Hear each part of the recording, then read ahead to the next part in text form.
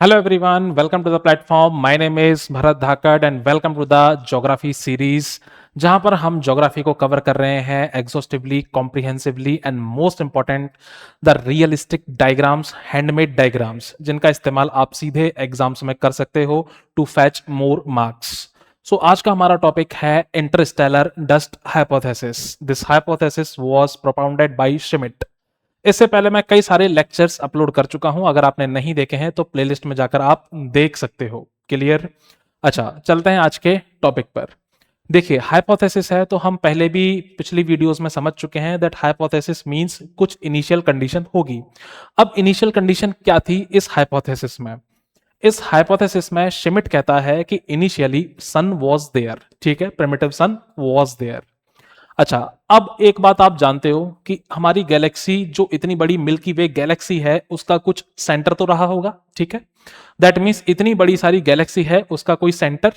तो गैलेक्सी का centre I can say it as the galactic centre.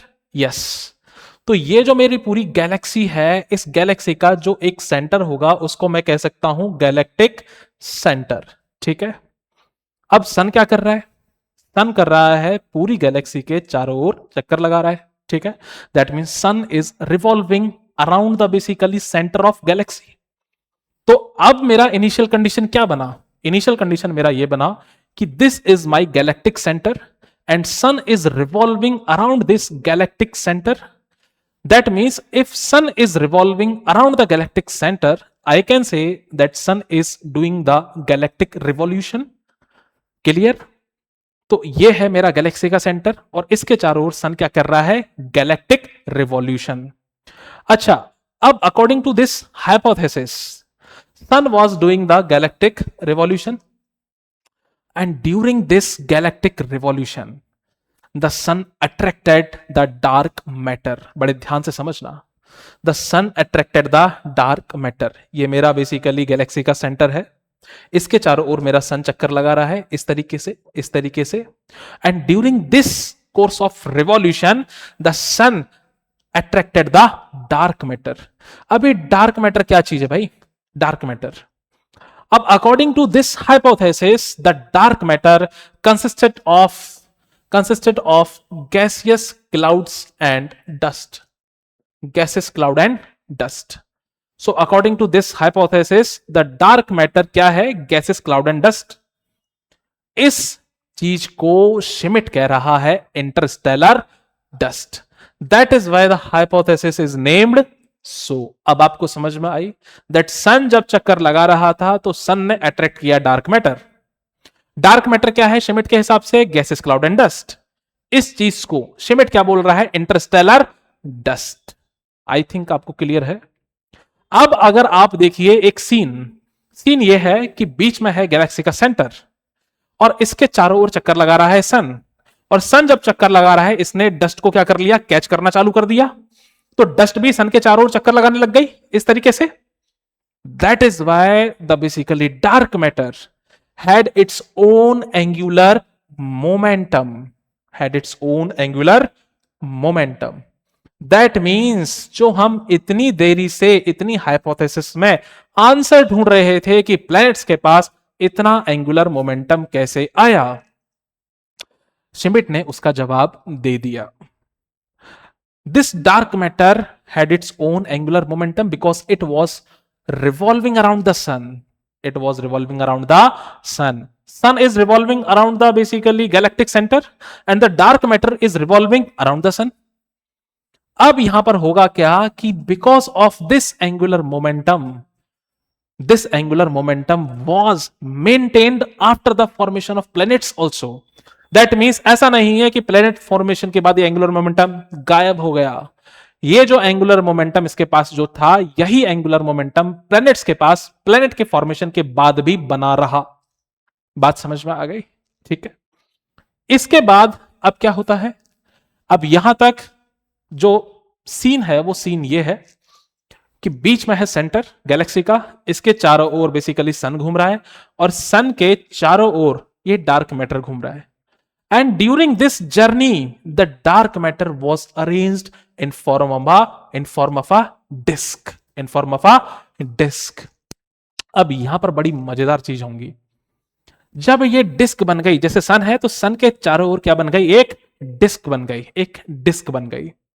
अच्छा, disc बनी तो इसमें क्या हुआ, arrangement of matter, arrangement of matter according to the mass, size and symmetry, according to the mass, size and symmetry. बहुत बड़ी चीज बोल दी किसने, सेमिट ने, because Schmidt wanted to answer the reason behind the symmetrical arrangement of planets। क्या हमारे planets इसी तरीके से symmetrically अरेंज नहीं है? तो सेमिट wanted to answer this symmetrical arrangement also। अब आप एक नॉर्मल चीज देखिए कि अगर मान लो ये डार्क मैटर है, ठीक है, डार्क मैटर क्या है, डस्ट पार्टिकल्स वगैरह कुछ इस तरीके से है, इनमें क्या होगा, एक्रीशन और एग्रीगेशन की प्रोसेस होगी। धीरे धीरे क्या होगा कि जो छोटे छोटे पार्टिकल्स थे, जो छोटे छोटे पार्टिकल्स थे, ये क्या करेंगे, अराउंड द सेंटर ग्रो होना चालू हो जाएंगे। और ये जो बनेगा एक छोटा सा कोर बनेगा, ठीक है, इसको बोलेंगे क्या, एम्ब्रियो, एम्ब्रियो, ठीक है। ये एम्ब्रियो धीरे धीरे बड़ा होगा, क्या बनेगा, एस्टेरॉयड बनेगा। एस्टेरॉयड फिर और एक्रीशन की मदद से और ग्रो होगा, क्या बनेगा, प्लैनेट्स बन जाएंगे। That means most important thing secondly, the formation of planets, formation of planets by the process of aggregation and accretion। but most important thing कैसे, most important thing कैसे, सबसे पहले एक एम्ब्रियो आया, एम्ब्रियो ग्रो हुआ तो बना एस्टेरॉयड, एस्टेरॉयड ग्रो हुआ तो बना क्या, प्लैनेट्स। अब कुछ डस्ट पार्टिकल्स ऐसे भी रहे होंगे जो प्लैनेट्स में एक्यूमुलेट नहीं हो पाए होंगे, कन्वर्ट नहीं हो पाए होंगे, उनका क्या बन गया, सैटेलाइट्स बन गया, उनका बन गया satellites. And most important thing, जब ये अरेंजमेंट वगैरह कुछ इस तरीके का प्रोसेस चल रहा था, तो because of intense heat of sun, the lighter elements was thrown farther from the sun, and बचे कुचे जो सन के पास थे वो क्या थे, आपके हैवियर एलिमेंट्स। तो क्या आज की डेट में हमारे प्लैनेट्स ऐसे नहीं हैं कि पास में जो प्लैनेट्स हैं वो क्या है, आपके terrestrial planets consisting of heavier elements, और जो फार्दर जो प्लैनेट्स हैं वो क्या है, आपके लाइटर एलिमेंट्स, जिनको आप जॉवियन या फिर गैसियस प्लैनेट्स के नाम से भी जानते हो। अब आप देखिए कि शिमिट ने कितनी चीजें क्लियर करने की कोशिश करी। शिमिट ने बोला कि भैया ये जो एंगुलर मोमेंटम कहां से आया प्लैनेट्स के पास, ऐसे आया कि ये जो प्लैनेट्स का सिमेट्रिकल अरेंजमेंट बना वो ऐसे बना कि आगे टेरेस्ट्रियल प्लैनेट्स और पीछे बेसिकली गैसियस प्लैनेट्स कैसे आए, ऐसे आए। तो आई होप आपको ये हाइपोथेसिस क्लियर हो गई होगी। Let me repeat this in brief. There was basically the sun revolving around the galaxy or doing the galactic revolution. During the basically galactic revolution, basically it attracted the dark matter. And dark matter क्या है, ये एक Interstellar dust ही है। और ये Interstellar dust कहां से आई, ये आई because of the remnant of the stars of the meteors जो पहले के रहे होंगे। अच्छा, when basically this dark matter was attracted by the basically sun, so by the time this dark matter got arranged into a disk, और disk में हुई ये चार इंपॉर्टेंट चीजें, and finally leading to the formation of the planets and the satellites. अब यहां पर इसने काफी सारी चीजों को आंसर तो कर दिया, लेकिन इसमें अगेन फिर से कुछ कमियां रह गई।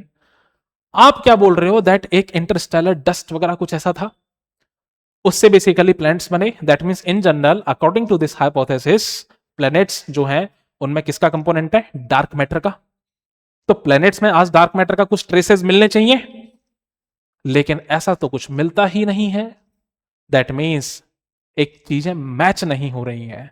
आप कह रहे हो कि भैया डार्क मैटर था, वो डार्क मैटर एक्रीशन एग्रीगेशन की मदद से प्लैनेट्स बना, तो फिर आज प्लैनेट्स में डार्क मैटर के ट्रेसेस क्यों नहीं है। दूसरी सबसे बड़ी चीज कि आप कह रहे हो कि पहले एक एम्ब्रियो बना, मान लिया कि तमाम छोटे मोटे पार्टिकल्स थे, उसमें से एक सेंटर के अराउंड में वो एक्यूमुलेट होना चालू हो गए होंगे, जिसको आप एम्ब्रियो बोल रहे हो, नेचुरल चीजें बोल रहे हो आप। उसके बाद आप बोल रहे हो दैट एस्टेरॉइड्स बने, और एस्टेरॉइड जब फर्दर ग्रो हुए तो बेसिकली बने क्या, प्लैनेट्स। ऐसा थोड़ी होता है, because according to some astrophysicists, planets के फ्रैगमेंटेशन से बने हैं क्या, एस्टेरॉइड्स, ना कि एस्टेरॉइड से प्लैनेट्स। तो अगेन काफी सारे क्वेश्चंस को ये थ्योरी आंसर नहीं कर पाई and this led to the discrediting of this basically theory. कि इस थ्योरी को भी क्यों भी क्या कर दिया गया, डिस्क्रेडिट कर दिया गया, फाइनली उतना अटेंशन नहीं दिया गया। तो आई होप आपको श्मिट्स की इंटरस्टेलर डस्ट हाइपोथेसिस समझ में आई होगी। फॉर ऐसे ही वीडियोस के लिए kindly do like share and subscribe the channel. Thank you so much.